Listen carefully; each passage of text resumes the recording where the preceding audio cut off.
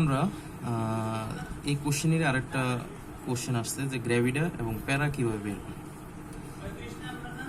তো প্যারা গ্র্যাভিডা আমরা বের করার একটা সহজ যে সিস্টেমটা সেটা হলো যে সে যতগুলো কনসেপশন করবে একজন মহিলা সবই তার গ্র্যাভিডাতে চলে আসবে। তো গ্র্যাভিডাতে যদি টুইন প্রেগনেন্সি হয়, in case of twin pregnancy,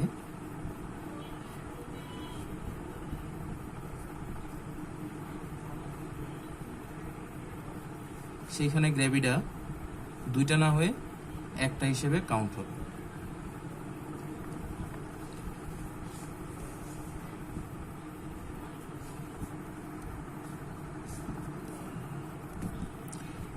এখন আমরা গ্র্যাভিডা এবং প্যারা কিভাবে বের করে সেটা আমরা দেখব। তার আগে আমরা কিছুটা ধারণা নিয়ে নিই। তো একজন মা সে যতবার কনসেপশন হয় এর প্রত্যেকটাই গ্র্যাভিডাতে যোগ হবে। শুধুমাত্র ব্যতিক্রম হলো in case of twin pregnancy. যদি টুইন প্রেগনেন্সি থাকে সেটা গ্র্যাভিডা এক হিসেবে কাউন্ট হবে, দুইটা না একটা হিসেবে কাউন্ট হবে। আর প্যারা যতটুকুলা তার জীবিত বাচ্চা আছে সবগুলো প্যারাতে যোগ হবে। এবং যদি 24 অথবা 20 উইক্সের উপরে যদি তার বাচ্চা মারাও গিয়ে থাকে, হ্যাঁ, তার যদি মৃত বাচ্চাও হয় অথবা জীবিত থাকে, সেগুলোও কিন্তু প্যারাতে যোগ হবে। আর যদি অ্যাবর্শন হয়, 24 উইক্সের উপরে যদি বাচ্চা তার মায়ের পেটে থাকতে মারা যায়, তাহলে সেটা আমরা প্যারার সাথে যোগ দিয়ে লিখব। আর যদি বাচ্চা হয়ে মারা যায়, অর্থাৎ 28 উইক্সের পরে যদি বাচ্চা হয়ে মারা যায়, তাহলে তাকে আমরা মাইনাস দিয়ে হিসাব করব। যেমন এখানে একটা কোশ্চেন আসছে, A 30 years pregnant lady attended at GUPD for ANC antenatal checkup. She had regular menstrual cycle with LMP 30/5/2018. She had 2 elipson. তাহলে তার জীবিত দুইটা বাচ্চা আছে এবং her one daughter died at age of 4 due to diarrhea. Her first pregnancy ended by abortion 12 weeks. তাহলে আমরা প্রথমে গ্র্যাভিডাটা বের করি। তাহলে তার টোটাল তার দুইটা বাচ্চা জীবিত আছে, তাহলে 2, এখানে হলো তার 2, আর 1 ডটার ডাইড, তাহলে এখানে আছে 1, এবং her first pregnancy ended by abortion, এখানে 1, এবং সে প্রেগনেন্ট। তাহলে মোট আমরা যোগ করি 1 আর 2 3 4 5, তাহলে গ্র্যাভিডা হলো তার 5th। এখন আমরা প্যারা বের করব। যেহেতু তার দুইটা বাচ্চা জীবিত আছে, তাহলে প্যারা এখানে 2 হবে। আর তার একটা বাচ্চা মারা গেছে 4 বছর বয়সে, তাহলে যেটা মারা গেছে, হ্যাঁ, এবং যে 2জন বাচ্চা আছে, যেহেতু সে 28 সপ্তাহ পরে, হ্যাঁ, বাচ্চা হয়ে মারা গেছে, তাই এইটা সহ, এই একটা বাচ্চা সহ এবং যে দুইটা বাচ্চা জীবিত আছে, 2 এবং 1 যোগ করে তার প্যারা হবে 3। এবং her first pregnancy ended by abortion. Abortion মানে এ দিয়ে আমরা সবসময় অ্যাড মনে করবো, হ্যাঁ, অ্যাড মানে যোগ। তাহলে অ্যাবর্শন, যে কোনো অ্যাবর্শন আসলে আমরা প্লাস দিব, দিয়ে যেহেতু তার একটা বাচ্চা অ্যাবর্শনে মারা গেছে, তাহলে দ্যাটস 1, এবং একটা বাচ্চা হয়ে মারা গেছে, হ্যাঁ, এই যে daughter died at the age of 4, তাহলে হয়ে মারা যায় যদি যায়, তাহলে আমরা -1। এখানে যদি বলা হইতো যে তার, হ্যাঁ, সে হয়েছে কি তার প্রেগনেন্ট লেডি, হ্যাঁ, তার হয়েছে টুইন প্রেগনেন্সি আছে, তো টুইন প্রেগনেন্সি থাকলেও এখানে কিন্তু গ্র্যাভিডা একটা হিসেবেই কাউন্ট হবে, একটা হিসেবেই কাউন্ট হবে। এখন আমরা আরেকটা কোশ্চেনে চলে যাই। এই কোশ্চেনে দেওয়া আছে, A 30 years old woman who has 1 living child of 6 years old, 2 abortion, 1 ectopic pregnancy attended at GOBD. Her LMP was on 12 May. Blood group is B negative. তো write down her obstetric history. Obstetric history তে আমরা কি নিয়ে আসবো? প্যারা, গ্রেভিডা, age of her last child. আর যদি সে তার বিয়ের কথা উল্লেখ থাকে তাহলে ম্যারিড ফর লিভ। যেহেতু এখানে বিয়ের কথা উল্লেখ নাই তাই এটা লিখতে হবে না। তো এখানে প্যারা কথা হবে, এখানে বলা আছে যে 30 years old ওমেন। এখানে কিন্তু সে প্রেগনেন্ট কিনা এটা কিন্তু বলে নাই, শুধু বলছে যে 30 years old women who has one living child of 6 years old। তাহলে তার একটা বাচ্চা জীবিত আছে, দুইটা অ্যাবর্শন হয়েছে, 1 আর 2 3, একটা একটোপিক প্রেগনেন্সি, তাহলে 4। আর হার LMP ওয়াজ 12 মে। কোশ্চেনটা হচ্ছে নভেম্বর, একটু খেয়াল করেন যে কোশ্চেনটা ছিল নভেম্বর 2019, কিন্তু LMP ওয়াজ অন 12 মে। তাহলে অনেক আগে তার লাস্ট মেনস্ট্রুয়াল পিরিয়ড, তাহলে অবশ্যই সে প্রেগনেন্ট। নভেম্বরে যদি আমি পরীক্ষা দিই এবং তার LMP যদি 12 মে থাকে তাহলে অবশ্যই সে প্রেগনেন্ট। তাহলে তার এখানেও গ্র্যাভিডা 1 যোগ হবে। তাহলে টোটাল তার গ্র্যাভিডা কত দাঁড়াইতেছে? 1 3 4 5। তাহলে গ্র্যাভিডা 5th। এবার হচ্ছে প্যারা। প্যারা কত? 1 লিভিং চাইল্ড। তাহলে একটাই বাচ্চা তার জীবিত আছে, তাহলে প্যারা হলো 1। এবং 2 অ্যাবর্শন, তাহলে তার অ্যাবর্শন, 2টা অ্যাবর্শন ছিল প্লাস 1 অ্যাক্টিভ প্রেগনেন্সি। কিছু কিছু ক্ষেত্রে অ্যাক্টিভ প্রেগনেন্সিটাকে অ্যাবর্শন হিসেবেই কাউন্ট করা হয়। যদি অ্যাক্টিভ প্রেগনেন্সিকে যদি অ্যাবর্শনের সাথে কাউন্ট করা হয় তাহলে 2 + 1 3 যোগ দেওয়া হবে। এবং এটা হলো তার প্যারা। এইখানে +3 যে আমি লিখলাম, এখানে আমি ব্র্যাকেটে লিখে দিব 2 অ্যাবর্শন 1 একটোপিক প্রেগনেন্সি।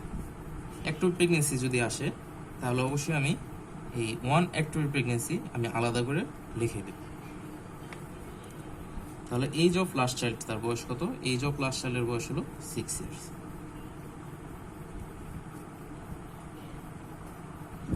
এখন আমরা সবচেয়ে ইম্পর্টেন্ট যে বিষয়টি নিয়ে আলোচনা করতে চাইতেছি সেটা হলো পার্টোগ্রাফ। তো পার্টোগ্রাফে একটা কোশ্চেন, আমি সরাসরি কোশ্চেনে চলে যাইতেছি। এরকম একটা কোশ্চেন দেওয়া থাকবে এবং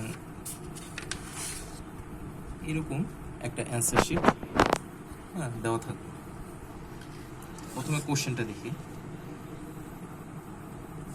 A primary patient, registration number 6321, admitted at 38 weeks of pregnancy with labor pain for last 4 hours with following findings: fetal heart rate 140 per minute, regular membrane intact, os is 5 cm dilated, fetal head 3/5 palpable, uterine contraction 2 in 10 minutes, lasted for 30 seconds.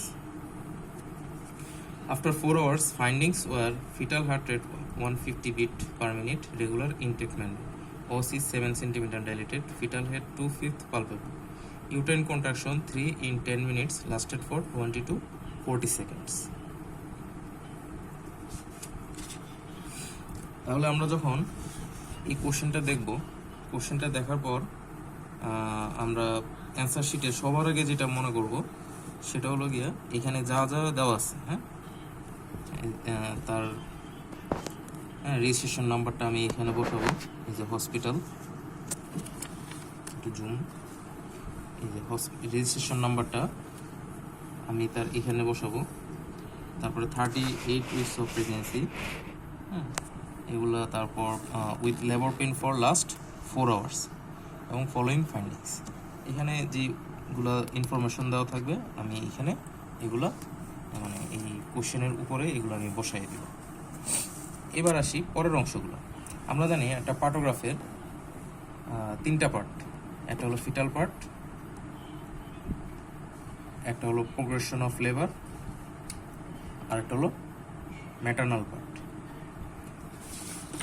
তো যখন question দেওয়া থাকবে যে তখন আমি ভর্তি হয়েছে, এখানে বলা হয়েছে following findings fetal heart rate 100 এত। তো প্রথমে আমরা যে জিনিসটা দেখব সার্ভাইকাল ডাইলেটেশন কত। এখানে সার্ভাইকাল ডাইলেটেশন হলো 5 সেন্টিমিটার। তাহলে এখানে দেখুন, এখানে ঘন্টার হিসাব দেওয়া আছে, 1 ঘন্টা, 2 ঘন্টা, 3 ঘন্টা, 4 ঘন্টা, 5 ঘন্টা, এইভাবে মোট 12 ঘন্টা দেওয়া আছে।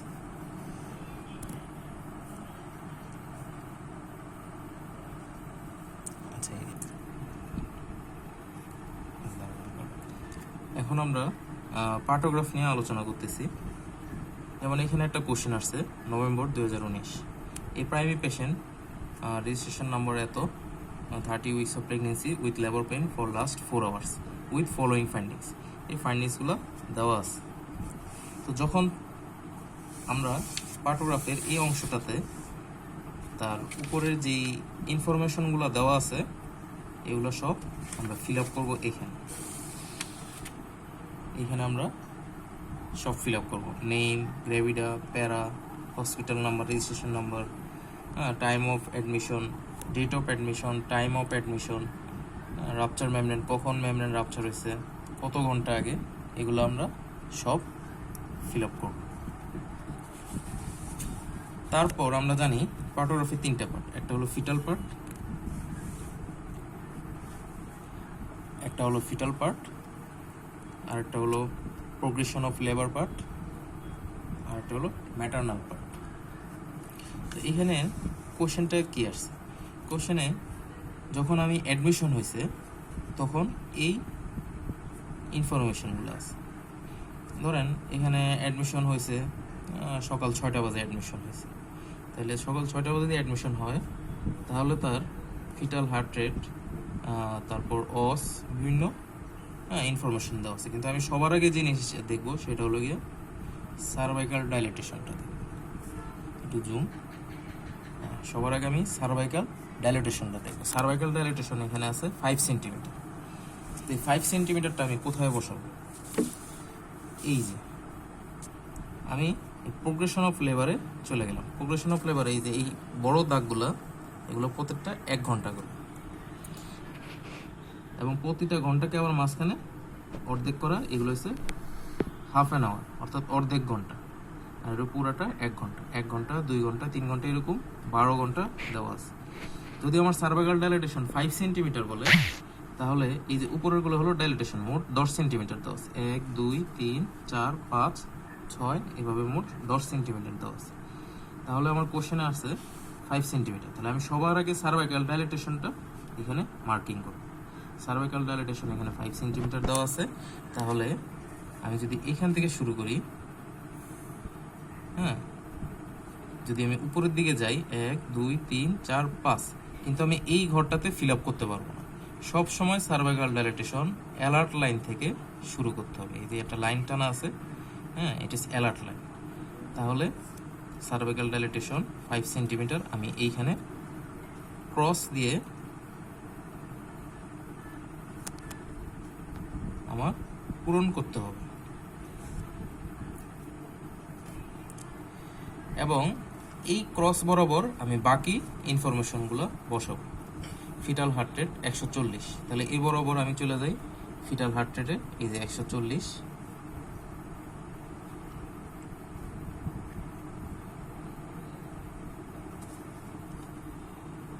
Fetal heart rate 140, membrane intact.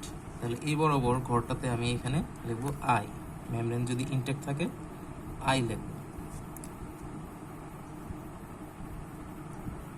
তারপর দেওয়া আছে ফিটাল হেড 3/5 পালপেবল। তো ফিটাল হেডটা এই ঘর বরাবর 3 কোনটা দেখেন, এই যে 1, 2, 3, 3/5 পালপেবল, এখানে একটা ফুটা দিব। এবং uterine contraction 2 in 10 minutes lasted for 30 seconds. তো আমরা জানি যদি 20 সেকেন্ডের নিচে হয় তাহলে আমরা এটাকে পূরণ করবো এইভাবে। 20 থেকে 40 যদি হয় তাহলে আমরা পূরণ করব এইভাবে। 40-এর উপরে যদি হয় তাহলে আমরা পূরণ করব পুরোটা এভাবে ফিল আপ করব। তো এখানে বলছে 30 সেকেন্ড, তাহলে 20 আর 30-এর মাঝখানে পড়ে, তাহলে আমরা ঘরগুলো এভাবে পূরণ করব। কোথায় পূরণ করব? এইখানে, এই ঘর বরাবর। এই ঘর বরাবর আমাকে বলছে যে দুইটা ইন্ট্রাইন কন্ট্রাকশন 10 মিনিটস 30 সেকেন্ড। তাহলে আমি এই ঘর বরাবর ডান পাশে এইখানে পূরণ করব।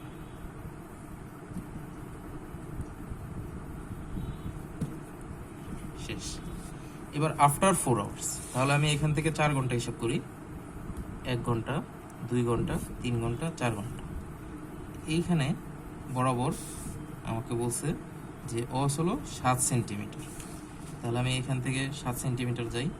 1 2 3 4 5 6 7। এখানে একটা ক্রস চিহ্ন দিব। আর এখানে ফিটাল হার্ট বলছে 150। এই বরাবর 150 আমি পূরণ করব। এই যে এখানে এসে 150 এবং ফিটাল হেড 2/5 পালপেবল। তাহলে এই বরাবরই আমি হিসাব করি 1 2। এখানে আমি একটা গোল চিহ্ন দিয়ে দিই, 2/5 পালপেবল।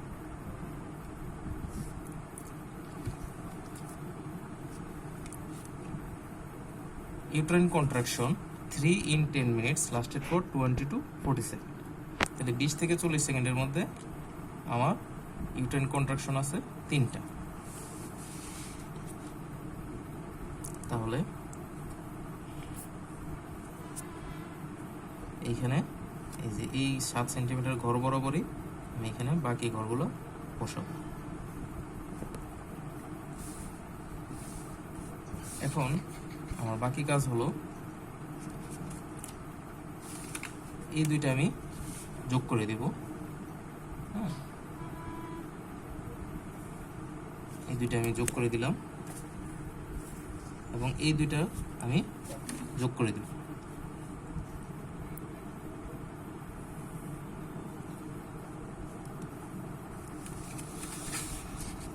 এখন কোশ্চেন যদি আসে,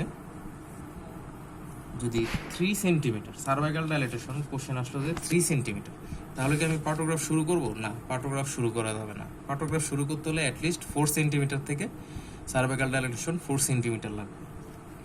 এবং আমরা সবচেয়ে বেশি ভুল যেটা করি সেটা হলো যদি 5 সেন্টিমিটার অথবা সার্ভাইকাল ডাইলেটেশন 6 সেন্টিমিটার থাকে, আমরা এইখানে ফিল আপ করা শুরু করি। এইখানে না, আমাদের সবসময় সার্ভাইকাল ডাইলেটেশন ফিল আপ করতে হবে অ্যালার্ট লাইনের উপরে। এইখানে যদি 6 সেন্টিমিটার থাকে তাহলে আমি এইখানে ফিল আপ করবো। এইভাবে মানে অ্যালার্ট লাইনের উপরে আমার অবশ্যই ফিল আপ করতে হবে।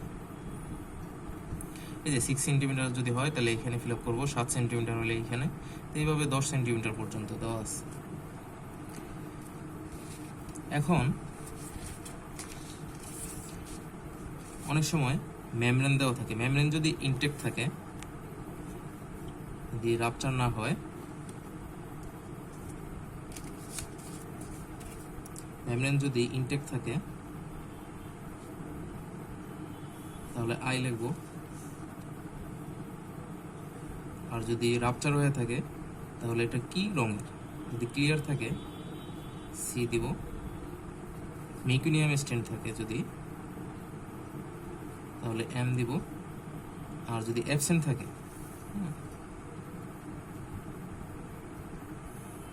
অ্যামনিওটিক ফ্লুইড যদি অ্যাবসেন্ট থাকে তাহলে দিব এ। এই যেখানে আই, এখানে দেওয়া আছে। মোল্ডিং ঠিক এই যে এইখানে একটা ঘর আছে, সেটা দেখতে পাবে। এই যে মোল্ডিং, যদি নো মোল্ডিং থাকে তাহলে আমি দিব হলো গিয়ে, যদি নো মোল্ডিং